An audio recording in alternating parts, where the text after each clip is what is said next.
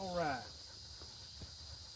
I want to make a video today on how to really get your chainsaw to cut fast.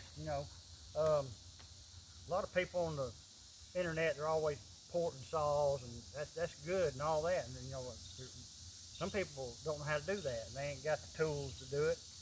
And they like for their chainsaw to cut fast. But this is a Craftsman 3.7. It's like a 1987 model, I think. And I just want to go over a couple mods I've done to it to get it cut like it cuts as good as it does. Everybody considers this a boat anchor. I know they do. I know everybody thinks this is junk, but once you do a few things, even a boat anchor, you can get it to cut reasonably fast and pretty comparable to a modern saw. One of the things I've done to it, it's got like a 1983 Poland 4000 piston and cylinder, original piston and cylinder on it. It's got new OEM rings I bought and put on it. It's been on there a couple of years. It's not new no more. It's had a lot of cuts done to it. But I just want to talk about some more things I've done to this saw. It's got a muffler mod on it right here, and this muffler mod is actually two mufflers. Poland 4000 mufflers are welded together to make a bigger box, bigger chamber. And it's got like a 3/4 pipe stinger out the side right here. What I'm after is, since it ain't ported, I'm after torque. That's what I'm trying to get is torque. And then cutting rotten pine and stuff like that, little bitty limbs, that's not performance. That's not really doing nothing. You need to cut something. This is a big piece of white oak right here, hard. If you want to cut fast, cut something like this. Don't be putting your saw out there and cutting rotten pine, stuff like that, and talking about how fast it is. Cut something reputable. But yeah, I'm gonna make a few cuts in that right there in a minute with this, and it's also got a velocity stack on it. It's actually not a velocity stack. It's like a couple of 3/4 plumbing fittings on it. It's just a tube up. It's got this unifilter on it because these had terrible air filter systems that can make a few cuts and it just clog up with chips. But that's a mod I've done to it too.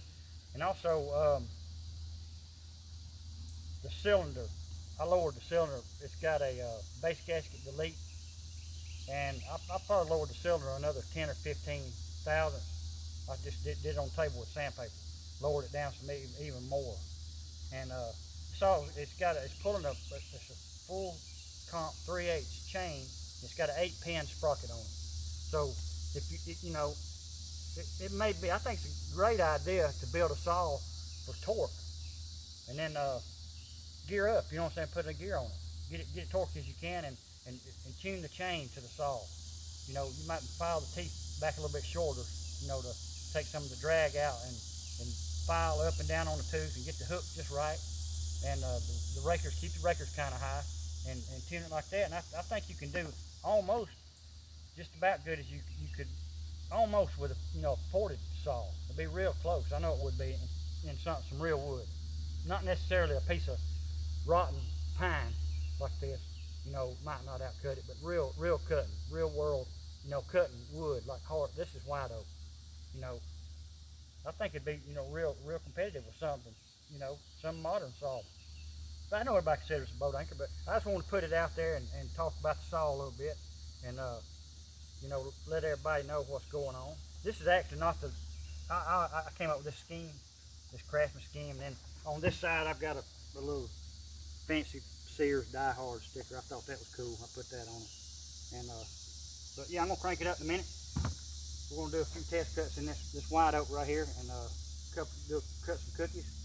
And yeah, I believe that torque is the way to go. And then gear up. You know what I'm saying? Put a bigger sprocket on, get it torquey as you can get. That's why this muffler, I put it on there. It's two mufflers, and it's the volume, the inside volume of it is twice as big, and it makes more torque that way. You know what I'm saying? So these come with the mufflers on them are terrible too. They're real short. But I just want to talk about my saw a little bit, and let everybody know what what it's made out of and what it's doing and all that. And we're gonna cut a few cuts in this white oak right here. Let me crank it up, warm it up, and put my earplugs on.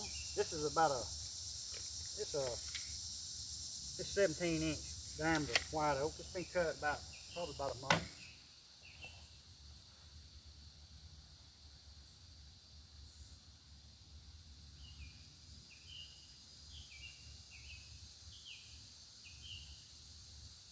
So I haven't been cranked in a while. It'll probably take a few pulls to get this boat anchor going.